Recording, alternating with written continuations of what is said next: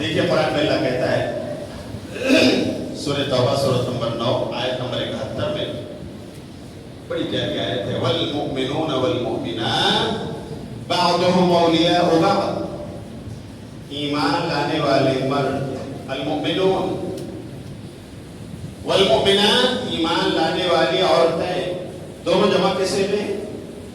ایک sound plural میل ہے، دوسرا ساؤنڈ پلورل فیمیل ہے۔ کا حکم دینے میں، وَيَنْهَوْنَ عَنِ الْمُنْكَرِ، برائی سے روکنے میں، وَيُقِيمُونَ الصَّلَاةَ، نماز قائم کرنے میں، وَيُؤْتُونَ الزَّكَاةَ، زکوٰۃ ادا کرنے میں، وَيُطِيعُونَ اللَّهَ وَرَسُولَهُ، اللہ اور اس کے رسول کی اطاعت و فرما برداری کرنے میں۔ یہ آپس میں ایک دوسرے کے سپورٹر، ہیلپر، مددگار ہیں۔ اور اگر وہ ایسا کرتے ہیں اپنی ذمہ داری کی بات کی، تو اللہ کہتا ہے اولئک سیرحمھم اللہ، یہی لوگ ہیں جن پر اللہ رحم و کرم نازل فرمائے گا، ان کی یہاں دنیا کی زندگی میں اور انشاءاللہ آخرت میں۔ اولئک سیرحمھم اللہ ان اللہ عزیز حکیم، بے شک اللہ غالب حکمت والا ہے۔ یہ آیت کریمہ بہت کلیئر ہے میرے بھائیوں اس معاملے کو لے کر کہ جس طرح بھلائی کا حکم دینا، برائی سے روکنا مومن مردوں کی ذمہ داری ہے، ایسے کس کی ہے؟ مومن عورتوں کو بھی ذمہ داری ہے۔ نماز قائم کرنا، زکوٰۃ کی ادائیگی کرنا اگر مالدار ہیں، جس طرح مردوں کی ذمہ داری ہے، ایسے کس کی ذمہ داری ہے؟ مومنہ عورتوں کی بھی ذمہ داری ہے۔ اللہ اور اس کے رسول کی اطاعت جس طرح مومن مردوں کی ذمہ داری ہے، ایسے ہی خاتون کی بھی ذمہ داری ہے۔ منڈپ میں ان کے بیچ اس مسلمہ اور مومنہ کو لے جا کر کے برہنہ ڈال دیا۔ گناہ کس کا ہے؟ اس نوجوان کا ہے جس نے اسے مجبور کیا۔ یقیناً کبھی کبھار ایسا ہوتا ہے، لیکن اے میری بہنوں، اے قوم کی بیٹیوں، اگر آپ تک یہ آواز پہنچ رہی ہے تو میں آپ سے کہنا چاہوں گا کہ آپ کا ہمیشہ یہ جملہ ادا کرنا کہ میں باپ کی بیٹی ہوں، باپ کے تابع ہوں، شوہر اپنے شوہر کی بیوی ہوں، انہی کا کہا مجھے ماننا ہے، اچھا ہو یا برا، اللہ کی قسم یہ اچھا نہیں۔ ہاں، اچھائیوں میں آپ کو اپنے باپ کی بھی اطاعت کرنی ہے، اپنے شوہر کی بھی اطاعت کرنی ہے، اپنے بڑوں کی بات ماننا ہے، لیکن جہاں معاملہ یہ ہو کہ نافرمانی کی بات ہے، گناہ کی بات ہے، اللہ کی معصیت کی بات ہے، اللہ کو ناراض کرنے والی بات ہے، بولو وہاں باپ کی بات مانی جائے گی؟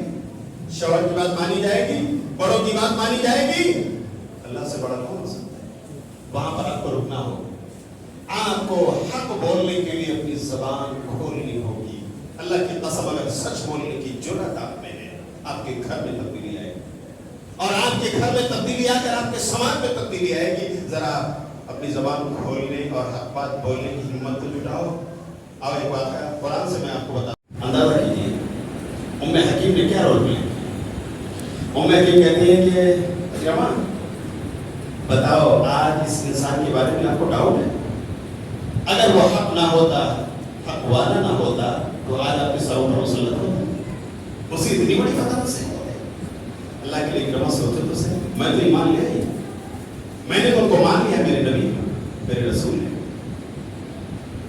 جنت کی راہ بتانے والے سمجھا رہے اور رہ کر وہ کچوکے لگاتی ہیں۔ اکرمہ کیا خیال ہے؟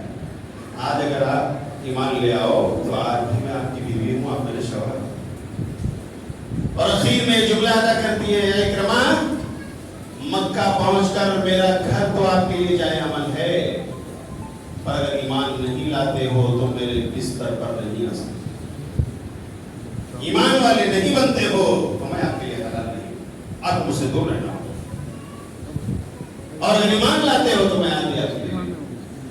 جب مکے کے قریب پہنچے تو کہا کیا خیال ہے اکرمہ؟ اگر آپ راضی ہو تو چلو گھر جانے سے پہلے اللہ کے رسول کے پاس آتے ہیں۔ تو اکرمہ خاموش ہے۔ ام حکیم نبی صلی اللہ علیہ وسلم کے پاس لے جا کر پہنچتی ہے، دونوں اترتے ہیں اور اللہ کے رسول کے حضور حاضر ہو جاتے ہیں۔ اللہ کے رسول اکرمہ لے کر آئے۔ اکرمہ کیا خیال ہے؟ کیا سوچ رہے ہو؟ اللہ اکبر، کیا منظر رہا ہو؟ اسلام اور مسلمانوں کا دشمن،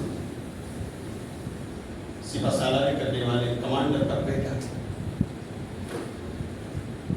دشمنان اسلام کا سرغنہ اس کا بیٹا ہے، اللہ کے رسول کے سامنے کیا خیال دیکھ رہا ہوں؟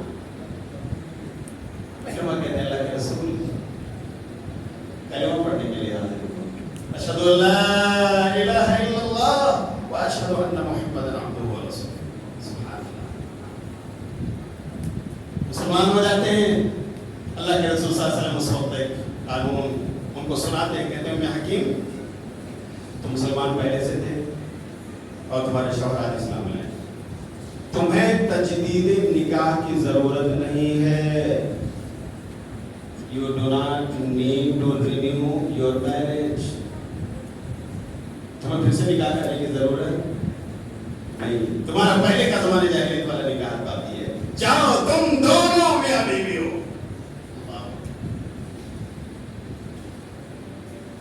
ایک ام حکیم خاتون نے اپنا داعیانہ کردار اپنے شوہر کے ساتھ اس قدر نبھایا. اسے معمولی مت سمجھیے. ہم عائشہ کہتی ہے کہ حفصہ یہ دوپٹہ تو ابو بکر کی پوتی ہے نا، عبد الرحمن کی بیٹی ہے، میری بھتیجی ہے. حفصہ تجھے شرم نہ آئے یہ باریک جالیدار دوپٹہ پہننے میں؟ جی اس کو اتارتی ہیں کیونکہ حفصہ گھر میں بیٹھی ہوئی. عائشہ رضی اللہ تعالیٰ عنہ اپنے بھتیجی کے سر سے دوپٹہ اتارتی ہیں اور اسی کے سامنے اسے پھاڑ دیتی، ٹکڑے ٹکڑے بنا دیتی ہیں. کیا نعوذ باللہ وہ اسے ننگا کرنا چاہتی تھی؟ ان کی بے عزتی کرنا چاہتی تھی؟ نہیں. اپنے گھر میں ہے نا، اپنے کمرے میں بٹھا کر انہیں سمجھا رہی ہیں. صرف ان کا دوپٹہ پھاڑتی نہیں ہے، پھاڑنے کے بعد جاتی ہیں اور اپنا موٹا تبیز دوپٹہ اٹھاتی ہیں اور لا کر اپنے بھتیجی کے اوپر ڈال دیتی. حفصہ خانوادہ ابو بکر کی بیٹی ہے، تو تیرے لیے یہ جالیدار دوپٹہ شرم نہیں آتی؟ تجھے نہیں معلوم ہے حفصہ اللہ نے قرآن میں کیا کہا؟ اللہ نے قرآن میں کیا کہا ہے؟ مومنہ عورتوں کو اپنے پلو اپنے اوپر ڈال لینا چاہیے، حجاب کر لینا چاہیے، اپنی زیب و زینت کو نکھار کر نہیں چلنا چاہیے، دوپٹے ڈال کر چلنا چاہیے. اے حفصہ تجھے قرآن کی آیت نہیں معلوم؟ تبیز اور موٹے دوپٹے پہنا کر ہاں وہ چیزیں جھلک رہی ہیں جو پردے میں رہنی چاہیے، تمہارا گریبان جھلک رہا ہے. تو اگر اما عائشہ نے حفصہ کو چھوڑ دیا ہوتا، ان کو شاباشی دی ہوتی، تو پھر یہ بے حیائی پھیلتی، یہ فحاشی باہر تک جاتی. لیکن انہوں نے جو اسٹیپ لیا کہ ان کا دوپٹہ نکال کر کے اپنے اس کمرے میں پھاڑا اور دوسرا دوپٹہ انہیں پہنایا، پریکٹیکل ڈیمونسٹریٹر بن گئی وہ، اور اس سے انہوں نے ایک پیغام دیا کہ اے امت کی بیٹیوں تمہارے لیے یہ جالیدار بالکل مناسب، بالکل مناسب. اسی طرح ہمارے گھر کی خواتین کو ہونا چاہیے، بڑی بوڑھیوں کو ہونا چاہیے. لیکن افسوس کا مقام ہے کہ آج یہ بڑی بوڑھیاں مارکیٹنگ کراتی ہیں اپنی بھانجیوں کو، بھتیجیوں کو، بہوؤں کو، بیٹیوں کو. لے لے بیٹی کیا چاہیے، کیا چاہیے؟ تو بیٹی جو پسند کرتی ہے، حالانکہ بالغہ ہے، جوان ہے، بیٹی کی پسند یہ جالیدار دوپٹہ، یہ جالیدار کف، یہ جالیدار آستین، یہ اسے پسند ہے. اے کاش بڑی بوڑھی ہو کر آپ نے اسے کہا ہوتا کہ اسلامک ڈریس ہمیں چاہیے. چلو کپڑے لے لیتے ہیں اور تمہارے گھر میں اسے سلا دیتے. تمہاری بہن کو تو سلنا آتا ہے، تمہاری ماں کو تو سلنا آتا ہے. یہ کپڑے تم گھر میں سلا لو اور اس انداز کے پہنو جو بالکل پوری طرح سے ساتر ہو اوپر سے نیچے تک. اس لیے کہ ایک عورت ہے، سر دابا پردہ ہے، حجاب میں اسے رہنا چاہیے. تو انشاءاللہ یہ اصلاح ہوگی. اس طرح سے میں نہیں، تو نے ہمیں اتنا ہی عطا کیا جتنے کے ہم حقدار تھے. اللہ رب العالمین نے فرمایا کہ اب یہ میرا فضل ہے، میں جسے دینا چاہوں یہ میرا حق ہے. چنانچہ امت محمدیہ پر ذرا برابر بھی دین میں سختی نہیں رکھی گئی. تھوڑا سا عمل ہے، ثواب بنو اسرائیل اور دیگر امتوں کے مقابلے میں بڑھا دیا گیا ہے. یہ فضل ہے.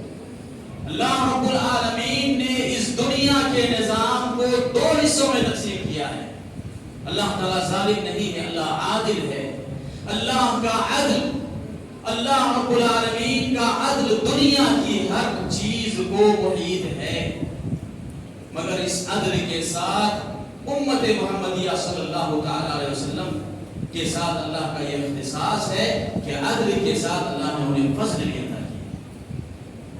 اور فضل کیا ہے کہ ایک انسان 6 گھنٹے کی ڈیوٹی کرے تو اسے 6 گھنٹے کی تنخواہ ملنی چاہیے، یہ اصول اور یہ نیم ہے، مگر امت محمدیہ کے ساتھ اللہ کا یہ اختصاص ہے کہ اگر وہ 6 گھنٹے کا عمل کرے تو اس کے لیے 12 گھنٹے کا اجر ہے۔ یہ اللہ رب العالمین کا اس امت کے ساتھ خاص اختصاص ہے کہ اللہ نے ہم سب کو مسلمان بنا کر جو فضیلت دی ہے، دیگر اسلام عام کی امتوں کو یہ فضیلت حاصل نہیں ہے۔